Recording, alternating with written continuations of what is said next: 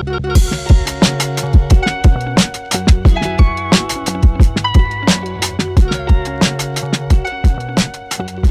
I'm Matthew Herszburg, and this is the Myopia Mindset. This is your weekly check-in for all things motivation, inspiration, and education when it comes to your path to success towards myopia management. And this episode is part of our Vision by Design 2025 series, in which we are highlighting some of the more noteworthy lectures and speakers that are coming up at the conference. Vision by Design is the Super Bowl of myopia management. It's where you need to be if you're doing ortho-k or myopia management. It's going on from October 22nd through the 25th in October in Palm Beach. AAOMC.org is where you go to find out more information. And I have assembled returning champions of the podcast to talk about consultation pearls. Each one of these gentlemen are orthokeratologists, myopia management specialists. They're each speaking at boot camp. I'm going to start with introductions. I've got Matthew Martin in Auburn, Michigan. Matthew, you're an outdoorsman. Are you a bow hunter or a rifle guy? I'm absolutely a bow hunter because I love the quiet and I love the beauty of the early November weather.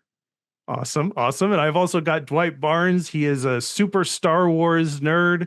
One of my fellow people here. I named my son after an obscure Star Wars character. Dwight, are you a fan of all things Star Wars or just the canon movies? It's mostly the canon movies, and maybe showing my age, the earlier ones better than the later ones, but they're all fun in their own way. You know, I like the whole Star Wars universe and all of that. I think I can have fun even with the newer ones from time to time. Right on. And I also have Dr. Paul Lavine. Paul, you are an orthokeratologist by day and a musician at night. You play in a band. What is your instrument? Depends. I have a couple of different bands that I'm involved in. I play the acoustic guitar primarily in one and bass guitar in the other. Awesome. Awesome. And for each one of you, if people have questions about anything we talk about in this episode, we'll start with Matthew again. Matthew, how can they get in touch with you on the internet? I am super easy to get a hold of. You can send an email to Auburn Optical, that's AUBURN Optical @gmail.com. That comes directly to me, and I will answer your emails. And I'm stoked if you want to contact me because this is the best specialty in all of eye care. And Dwight, your contact information. Yep. The best way would be either email.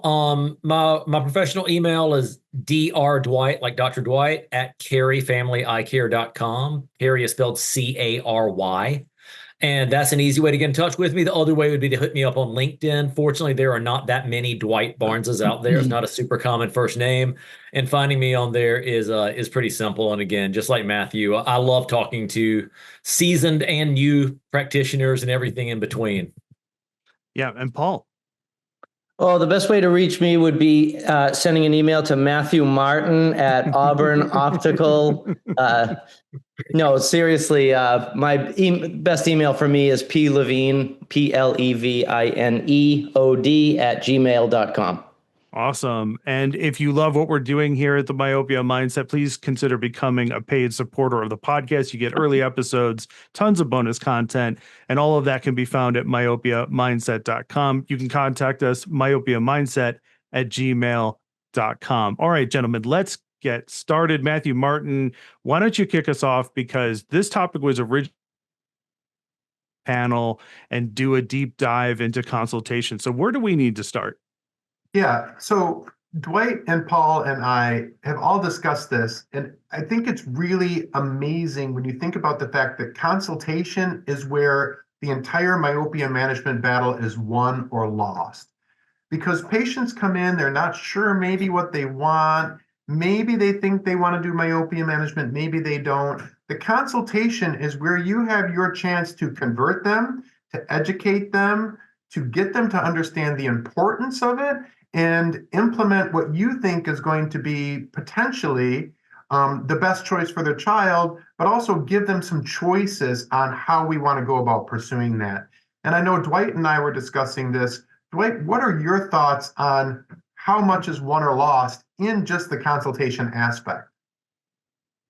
I think almost everything is won or lost. And I think I've learned that more and more gradually over the years. If you skimp on a part of it, or if you try to rush a part of it too much, or you try to squeeze it in where it doesn't fit, you lose something and your conversion rate's going to go down. And, conversion rate's good for everybody involved when it's high. It's good for us because we want to have more people purchasing our services, right? It's good for our practice. It's good for the patient because if they're a myopic child, we already know they need it.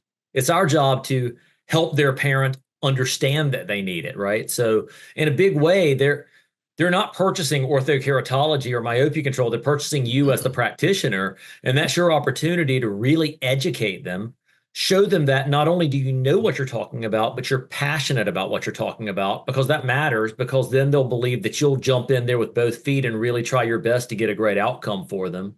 And then if you are fortunate enough to have a certified myopia navigator, that's a team member who is well-trained and certified in understanding what we do as myopia management specialists, that also gives them a good chance to meet that person so that they can understand that person on your team is also their ally in this. Right. I love it. When we talk about the consultation process, I'm wondering what the unique things are that make your practice and your consultation special, because we have so many different qualifiers here. Do you charge? Do you not charge?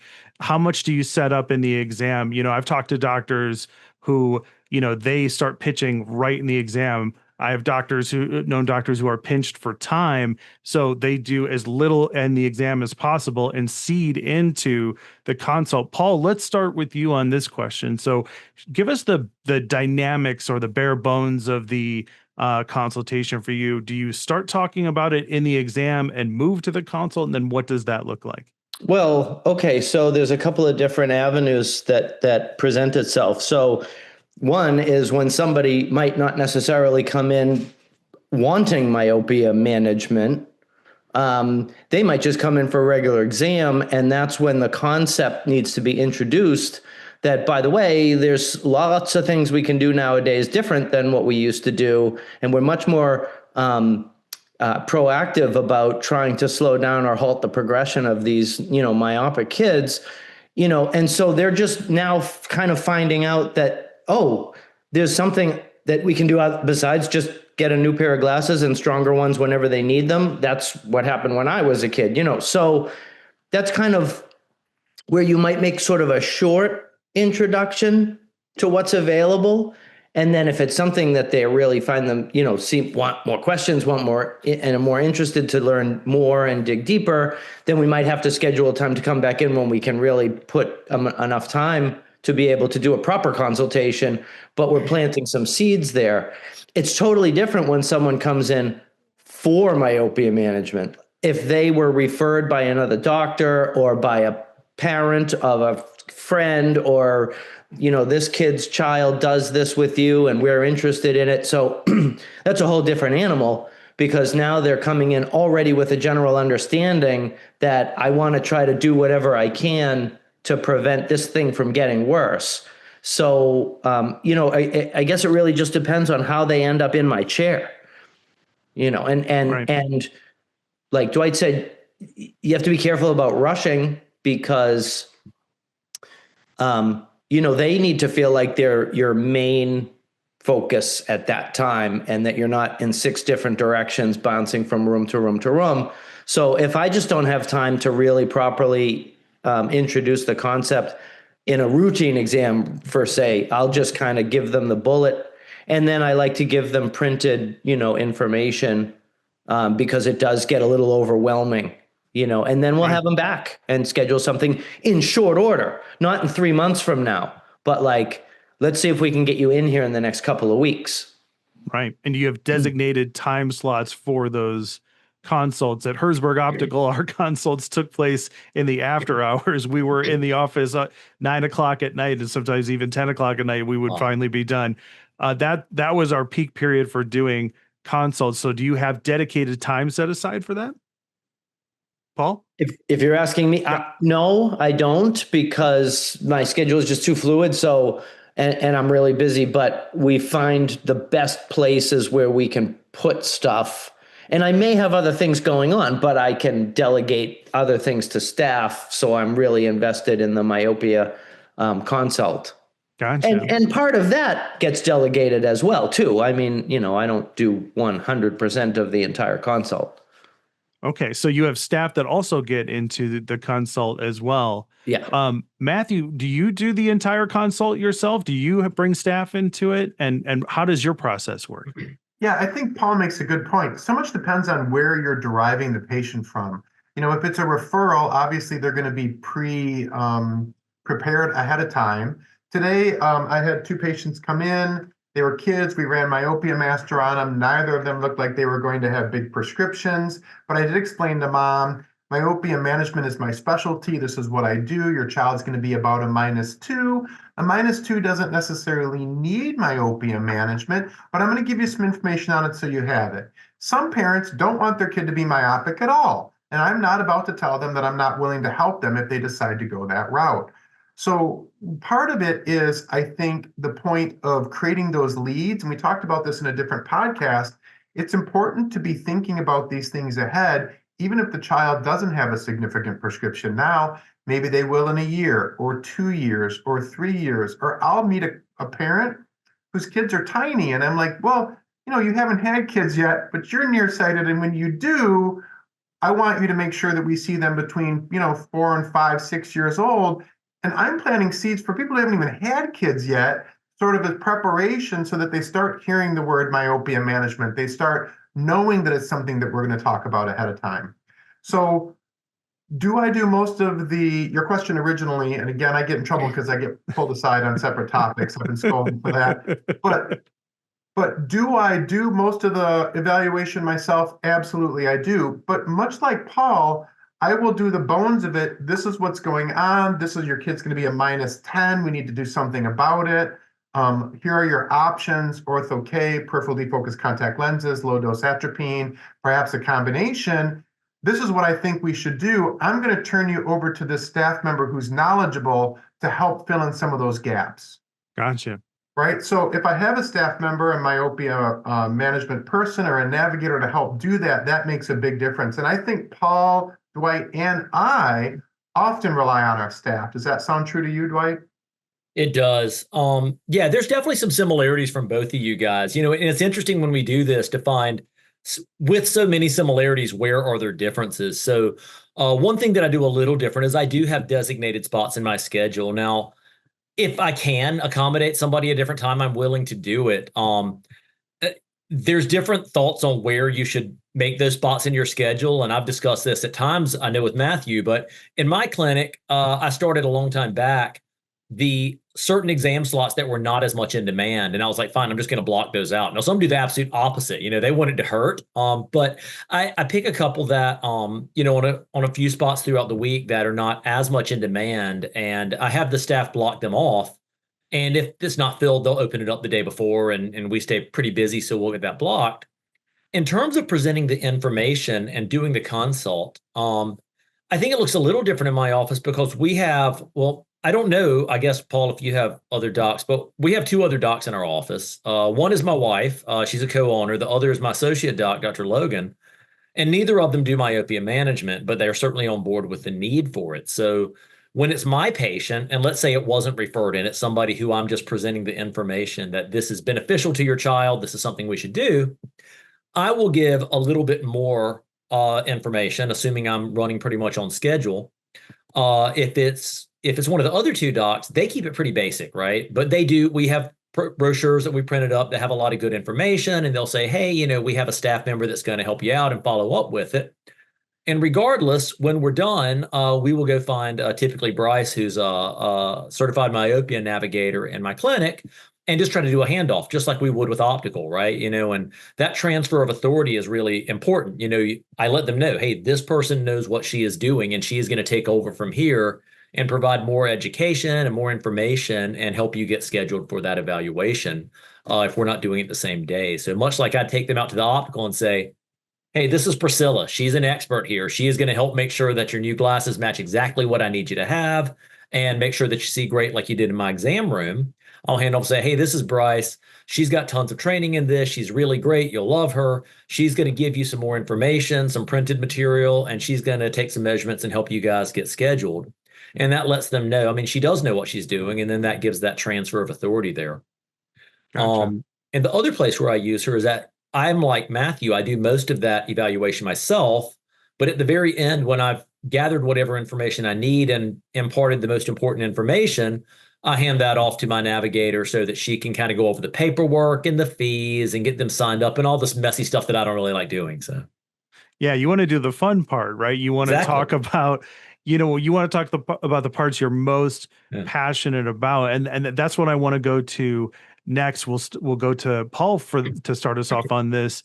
When we're talking about myopia, when we're talking about our treatment modalities that we're going to recommend, like, let's start there. Like, how do you go about that process when talking to parents in the consult? I can't imagine that what I do is all that different than what everybody else that does this does, because there aren't, there are finite options available. But I'll just spend a little bit of time explaining essentially the three different options, there. And when I say three, an option is always to not do anything, like they have to know that there's no force here. So I'll tell them, glasses are really great at correcting your eyesight so you can see clearly.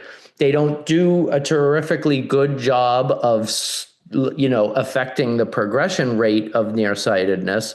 However, there are some eyeglass lenses that are coming, and we don't have access to them yet in the United States, but they are being used in Canada and in Europe and elsewhere, that are showing really great signs of helping. But all we really can use here in the States is a multifocal or a bifocal type eyeglass. And that's certainly better than using a single vision distance only lens. But I find that it has, marginal utility in controlling nearsighted progression. Then I'll talk about, there's a pharmaceutical option called low dose atropine. And of course, I'll go into what that is, what atropine really is, what it was intended for, but how we've morphed it into something that is much less side effecty, but still capable of managing myopia to a certain degree. Then I'll talk about the multifocal, soft contact lens options and how well those are working according to the studies and in the industry. And then I'll talk to them about orthokeratology. And I probably, if I'm being honest, probably push that one more than anything else. Not just because I like doing it more, but because I think of all the available options, it does work the best. And especially in a younger child, that, I think the parents find an appeal in the fact that the lenses are only used in the home. The lenses are only used under supervision. They're not rolling around in sand pits and mud bogs and God knows what with something in their eyes at that moment. So I definitely steer them toward the ortho-k, but mainly just because I think that it is the best option, right. and I let them know that I'm biased. I love that. Matthew Martin, I'm sure you're also in that camp, ortho-k all the way. Okay, well, first things first. Anyone who's listening to this podcast, if you reach out to me at auburnoptical@gmail.com, I have a myopia management basics sheet that simply says, these are the options we have: low dose atropine, peripheral defocus contact lenses, ortho-k. And that sheet goes out to anyone who's nearsighted, anyone who has nearsighted kids, anyone who knows anyone who's got nearsighted kids. And it's a great jumping off point to have a conversation. And then when I'm doing my evaluation, much like Paul, I'm an ortho-k guy. Do I use my sight, VTI, natural view, the peripheral defocus contact lenses? Yes, I do. Do I use low dose atropine? I do if I have to. But ortho-k, with the amount of peripheral defocus it creates, and sometimes we're creating like 5, 6, 7 diopters of peripheral defocus in these kids. It stops myopia growth or axial length growth like so dramatically. And so when I'm talking to parents, I have this sheet and I'm like, this is an option, this is an option. This is probably not the best choice. So it comes down to these two. And then I always circle ortho-k if the child is going to be a good candidate. And I tell parents very, very straightforward, this is most every parent's first choice. If you don't want to do ortho-k, that's fine. I get it. But this is what undeniably parents choose in my office and seem to be happiest with. Dwight, do you feel that, and I'm sure Paul's the same way, do you feel like of all the choices, ortho-k seems to be the one that people like the most? It is, and once in a while, human psychology is such an interesting thing, and we run into it all the time in eye care because we're dealing with people, right? The people who tend to not want to do ortho-k, by and large, in my case, is sometimes when the child is very young, and very young kids can do it, but sometimes there's a preconceived notion for the parents they can't. And sometimes we can break through that and say, no, really, I have a lot of kids that do it this age. This is how it works. And maybe we have a little more parental involvement. And sometimes that works. And sometimes they've kind of just made their mind up. And if they have, that's okay. I think the only wrong thing is to do nothing for myopia control. And I tell them that, right? I say, based on everything I've got here, I do think that there is a best option. And way more often than not, that best option is ortho-k. Once in a great while, it's not, but more often than not, it's ortho-k. And then I say, but the best option really is the one that your child's going to do consistently every single day. And that consistency is going to lead to the best results. And so if there is something that's going to keep a child from doing it, that's rare in the young kids because the parent, they're under the parent's control, But a lot of times if they don't, sometimes they're coming back for a follow-up 6 months later and they do want to switch to it. Sometimes I'll even kind of say, great, we can do this, but you were referred in by your friend, Aaron or whatever. And, Aaron does ortho-k and he does really well. You should actually go back and have a conversation or something like that. So we do a lot of it. And much like Paul and Matthew were saying, the results are good with a lot of these, but they tend to be the best in general with ortho-k. I mean, it really just is a phenomenal technology. And now that we know so much more about it, we design them better, they work better, and you get a whole bunch of those kids with those flat axial length curves that just kind of flatten out and don't change really anymore, or only change at the age expected rate, and just amazingly stable year after year, which is a really good feeling. And I certainly bring up those graphs and share it with the parents and get a high five here and there, and it's fun. Yeah, that was going to be my next question is how big of a role does axial length play for you guys? Because obviously axial length is going to be part of the standard of care in the very near future. I mean, attend Pat and Randy's lecture at Vision by Design, and you'll hear some amazing stuff about what they've been doing with axial length and how that's been influencing their work. So what do we do with that axial length information? Because a lot of the new to myopia management docs are finding it intimidating that there's this piece of equipment they have to buy and this piece of equipment they have to buy, these changes they have to make and this thing they have to do. So how does axial length play a role in your consultation? Matthew, we'll start with you. Yeah, we talked about this on an earlier podcast. For me, axial length has become more important than diopters. And Dwight and I had a conversation about this, and he's got a fantastic analogy that I'm going to kick to him in a moment. But I've gotten where I almost don't really care what the power is. If the axial length measurement has been slowed down or even stopped, that's a win for me. So for me, the axial length has become more and more important. And Dwight, what is your really good explanation that you gave to me the other day? And I stole it.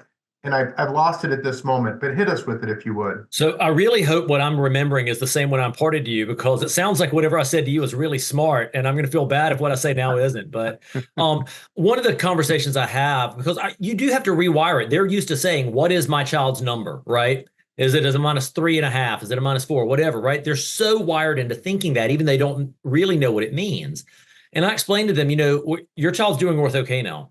Before we start ortho-k, when we're just prescribing glasses, just measuring, we measure the prescription in a unit of measurement called a diopter. And when you have a -2 or a -325 or what have you, that unit of measurement is a diopter. Well, what we really care about is the length of the eye, because nobody's ever had a retinal detachment because their glasses were too thick. And that's what you get. You get thicker lenses when you have a higher prescription. They get a retinal detachment because their eye grew too long, their retina got too thin. And then things don't always hold up as well. So now we measure their level of nearsightedness for your child in millimeters, and that's measuring every time they come in. And it is a rewiring of their thinking. And for that reason, I try to cover it in detail at the consult visit. And then I try to cover it very briefly at basically every single visit. It's the first thing I look at, the first thing I discuss before I even talk about their vision. And I say, and as we've discussed before, this is super important and this is why. And when I do that consistently, then after about 3 or 4 visits, they come in more asking about the axial length as opposed to, the other things that might matter, but they don't matter as much. Right. So you've got them not trained, but educated and ready to be focused on those important parts around axial length. And you mentioned the technology there, Matthew. There's a lot of good pieces of technology, and I don't think that one's necessarily way superior to the other, but I certainly do love the one I use. And the one I use, it presents that in a graph of their percentile, right? So it makes it really easy to explain how stable they are, because me saying your child's axial length is 23.75 means nothing. It barely means anything to me because I don't remember them. Some people do. I don't remember the ratios all that great, but they do understand that their child went to the pediatrician and they expressed their height and weight in terms of a percentile. And that tells them where they are compared to their peers. And so if their child is at a 92nd percentile for axial length, that's not a great thing in that case. And so they certainly understand, even if they don't understand what is an appropriate rate of growth for a 9-year-old Asian female, they do understand that if their percentile is not going up, that's a good thing. If their percentile comes in time after time and it's stable or flat, and sometimes we find that it decreases over time because we're controlling the axial length growth so well, they can see that on a graph and it means an awful lot to them. Yeah. And I can speak to this directly very recently because as a brand new father, these percentiles were thrown at me constantly. And my line of thinking was, well, like higher number good, right? Number go up, number good, right? Paul, how do you use axial length in your consults? Are you, do you have visuals or are you hitting that information as hard as Dwight is? Yeah, I would say so. Basically, to me, the axial length is the most unbiased piece of data that we have. There's really there's no subjectivity to it, and it's remarkably repeatable. That's the thing I find so interesting about it. You could put an unmolded person on an auto refractor, run it 10 times, and guess what? The diopters are going to be a little bit different each time. The K readings are going to be a little bit different each time. But you could put someone on a optical biometry, you could run that thing 10 times, and like within 1/100th of a millimeter, it's the same every single time. Like it is so remarkably, I trust it so much because there really is no subjectivity to it. And so for me, I use it as a way to explain, I think, the severity of the situation. So, because let's say somebody's only maybe a -1 at 11 years old, let's just say, but they have a flat cornea, 40K, but their axial length is 26.5. Like, I know in my mind, like, this is a gigantic eyeball that's just ready to explode, especially when you add the flat K reading into that scenario. Because remember, what axial length is actually measuring is front of the cornea to the surface of the retina. So that all that space is in the posterior chamber of an eye with a flat cornea like that. So I'm just like, that's when I say, we need to do, if we're going to do something, we need to do it now, because I have a feeling this -1 is going to be a -2 when this kid hits puberty, it could be a -4 or a -5. Like, it's coming. So I use it to really kind of understand the gravity of the situation that I'm dealing with. Right. Matthew. Well, I've really gotten into discussing annualized growth rates. So I am into the concept of your child is growing at a certain amount per year. And so once we get past the first, consultation, let's say we're 6 months, a year, et cetera, I will celebrate the reduction in the annualized growth rate because that's become such a big number for me. So I'll come in the room, I'm like, yeah, you are rocking, you've slowed way down. Here's what it should be, and here's what it is. And I'm so happy. But this is a thing I want to pose to both Dwight and Paul, because I'm super interested in this. And that is, I think axial length measurement, and for me, annualized growth rate, really helps speak to whether or not the child is doing what they're supposed to do. I just had a child last week who came in rocking and rolling, perfect topography, perfect 20/20. They grew a ton, like 0.4 for the last 6 months for their annualized growth rate, right? And they were like 12 years old. So that's a pretty high number for 12 years old. I'm like, wow, are you wearing your retainers? Because yeah, boy, your topography looks good, but your growth rate is high. Well, I kicked over the stone and found out the kid wasn't wearing his retainers on the regular and was not telling mom and dad.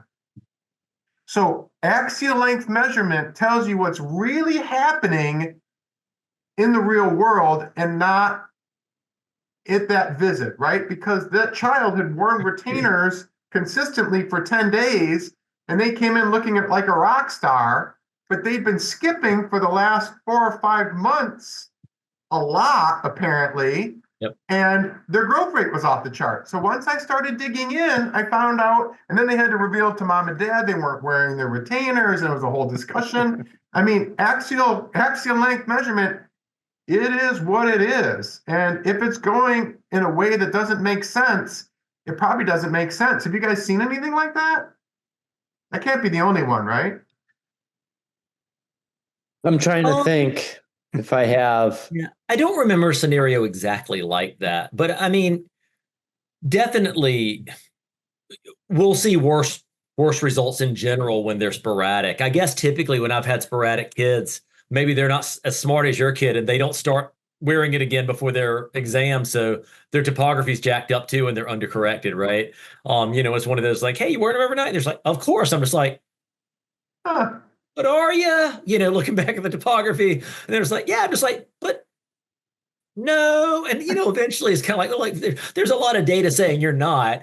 And then they'll kind of like sheepishly look at their parent. Well, no, maybe I'm wearing it like every third night or something like that. Or, a couple times a week, and then awkward conversation between them and the parent who paid a bunch of money for the treatment, right? I want to talk about vision by design. So I want to take a brief break before we get into the next topic, because this is part of the Road to VBD 2025 series. The three of you are speaking at Vision by Design. I want us to just tell the audience a little bit about a lecture that either you're doing or that you're excited to attend at VBD. Paul, let's start with you. This can be either a lecture you're doing or a lecture that you can't wait to sit in on at the conference. Well, I'll talk about the one that I'm doing, since I'm not immediately right off the top of my head familiar with the full agenda. I haven't really absorbed all of it yet, but I just have such a good time on the stage with Matthew. I think we work pretty well off of each other, and we try to keep it, obviously as technical as it needs to be, but very approachable. I think we both try to come at it from I'm not going to tell you what to do, but we're going to tell you how we do things. And then you can try to adapt that to your own strategies, in your practice. So I don't really like to talk to, I kind of like to talk with the audience and kind of understand, where they're coming from. Like, the best thing that happens when you're lecturing is when people actually ask questions, because if they do, it means they're paying attention. So Matthew and I are going to do our troubleshooting lecture in the part of the general session. And we've done it for the last couple of years. And I'd like to think each time we do it, it gets a little bit better. But it certainly is, it's a ball. And the